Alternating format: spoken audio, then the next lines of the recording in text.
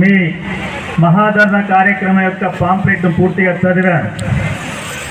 ఈ వేదిక నుంచే మన రాష్ట్ర ముఖ్యమంత్రి గౌరవనీయులు రేవంత్ రెడ్డి గారికి తెలియజేస్తున్న, గతంలో కూడా చెప్పాను, మెస్ ఛార్జీలు పెంచలేదనేది గతంలో మాట్లాడినప్పుడు జీవో ఇస్తున్నా అన్నారు, ఇప్పటికి ఇవ్వలేదని తెలిసింది.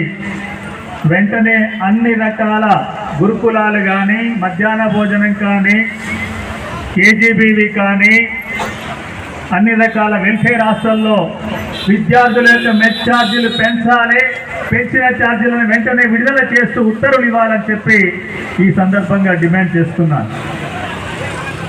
ఇదే సందర్భంలో విద్యార్థులారా మీరు అర్థం చేసుకోవాల్సింది, ప్రైవేటీకరణ పెరిగిపోతుంటే, ప్రైవేట్ రంగం ముందుకు వస్తుంటే విద్యలో ఎక్కడ కూడా నాణ్యత ఉండదు. విద్య ద్వారా అవసరమైన నైపుణ్యాలు రావు. విద్య అంటే అది వ్యాపారంగా మారుతుంది.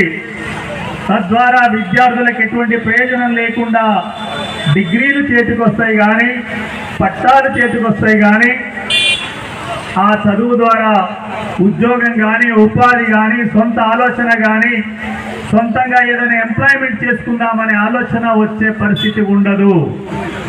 ఇది నేను దాదాపు 35 సంవత్సరాల పైగా ఉపాధ్యాయునిగా పనిచేసిన అనుభవం కానీ, 5.5 సంవత్సరాల నుంచి ఒక శాసన మండలి సభ్యునిగా చేస్తున్న అనుభవంతో నేను చెప్తున్న విషయం, గత ప్రభుత్వం విద్యారంగాన్ని పూర్తిగా ధ్వంసం చేసిందనేది వాస్తవం.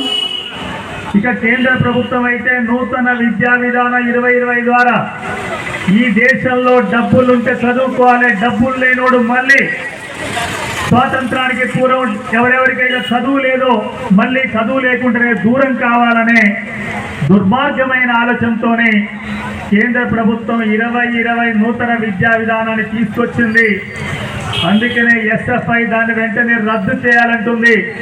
తెలంగాణ ప్రభుత్వం కూడా వెంటనే శాసనసభలో తీర్మానం చేసి ఈ రాష్ట్రంలో నూతన విద్యా విధానం 2020 పనికిరాదు, మేమందరికీ చదువు వచ్చే రకంగా, అందరికీ చదివించే రకంగా, అందరికీ ఒకే రకమైన సమానమైన చదువు చెప్పే రకంగా విద్యారంగాన్ని అభివృద్ధి చేస్తామనే మాట ఇవ్వాలని చెప్పి ఆ ఎస్ఎఫ్ఐ డిమాండ్ తప్పనిసరిగా రాష్ట్ర ప్రభుత్వం పరిగణలోకి తీసుకొని దాన్ని అమలు చేయాలని చెప్పి ఈ వేదిక నుంచి నేను డిమాండ్ చేస్తున్నాను.